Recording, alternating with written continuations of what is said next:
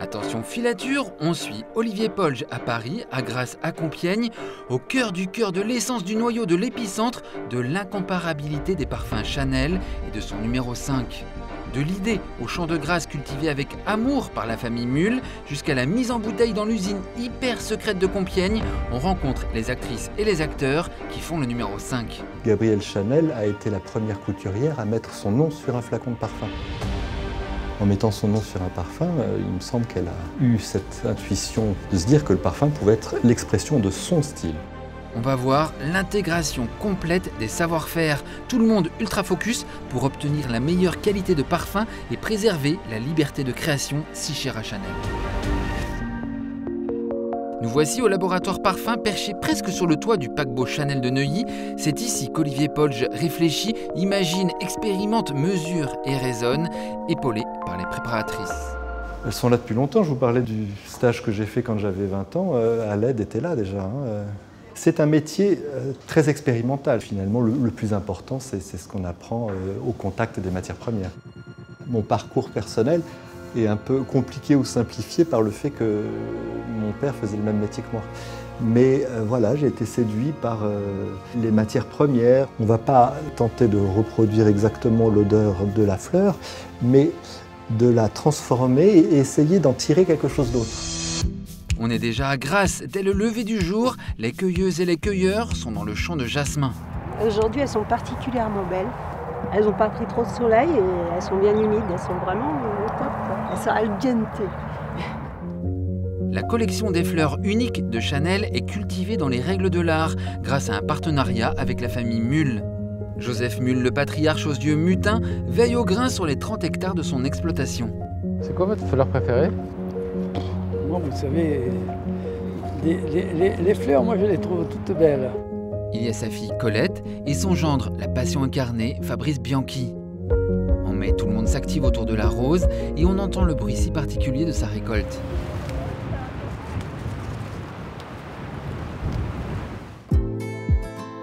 Et en septembre, c'est le tour du jasmin, indispensable à la fabrication de l'extrait du numéro 5. Il fallait absolument préserver la production de ce jasmin grandiflorum pour assurer la pérennité du numéro 5. Le jasmin pour Chanel, c'est très important parce que c'est l'ingrédient principal du numéro 5. Et pourquoi ici? Ici, parce que même si c'est la même qualité végétale que l'on peut trouver en Égypte et en Inde, il y a une action du climat et de la terre qui font qu'il y a des facettes olfactives propres. Ce jasmin si capital est donc à l'origine du partenariat exclusif entre Chanel et la famille Mull depuis 1987 et pour un engagement à très long terme qui assure qualité, quantité et traçabilité. 2 kg 820. Allez Ouda, 2 kg 940. 3 kg 960. À demain. Combien de kilos en tout? Alors, 145 kg 880. Comme la haute couture protège les savoir-faire uniques des métiers d'art, les parfums Chanel participent à la conservation d'un patrimoine légendaire, mais cette fois-ci horticole. Vous connaissez tout le monde dans le champ du coup? Oui, je connais tout. C'est comme ma famille. Depuis 2014, on travaille ensemble. C'est comme des oiseaux. Ici, il n'y a pas les lumières fortes des ateliers, mais le soleil de la région grassoise. Et on cueille la matière première avec la même patience. Comme ailleurs, on manipule les tweeds et on tisse les galons. Donc il faut aller à l'intérieur de la plante aussi, c'est ça? Oui, il faut retourner les quelques côtés qui peuvent en cacher. Et des fois, on peut tomber sur des petits trésors. Ici, il y a l'usine de campagne avec Jean-François et Serge, directement à quelques mètres des champs pour préserver les qualités olfactives exceptionnelles des fleurs, fraîchement cueillies quelques minutes plus tôt dans la matinée grassoise. Là, il y a 250 kg de rose. Donc maintenant, on va fermer l'appareil et on va commencer les extractions.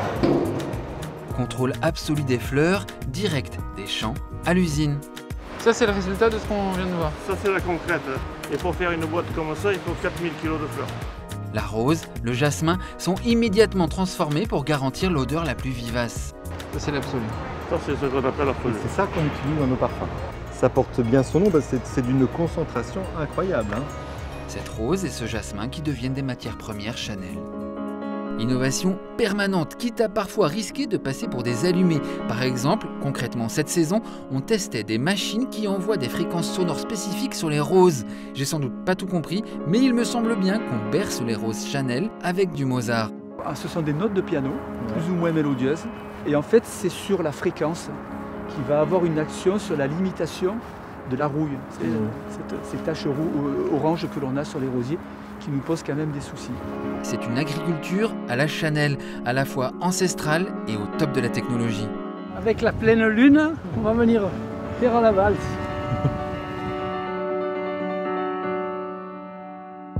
Les essences arrivent à Compiègne, qui est l'unique usine de parfums Chanel, la seule, l'indomptable.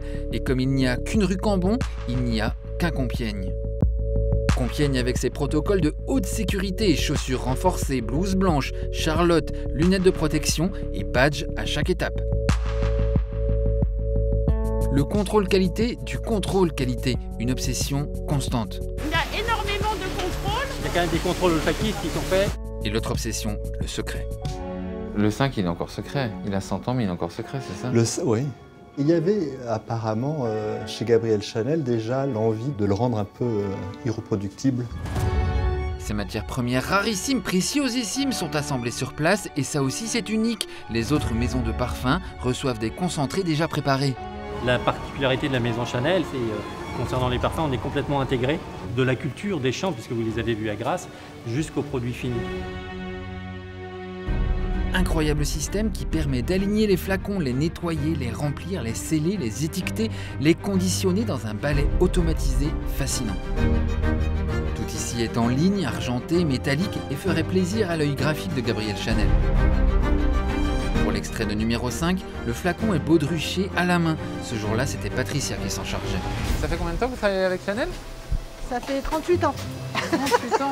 Alors, oh là là, c'est-à-dire 1083? Je suis rentrée en 83, oui. Le baudruchage est un savoir-faire apparu au XVIIe siècle dans les pharmacies. Entre autres, une cire compliquée à maîtriser, dextérité, précision. J'ai même tenté un baudruchage, mais honnêtement, pas un gros succès. Oh, le stress, c'est tendu en fait, hein? Bah, c'est un logo d'une autre marque. Je sais pas laquelle.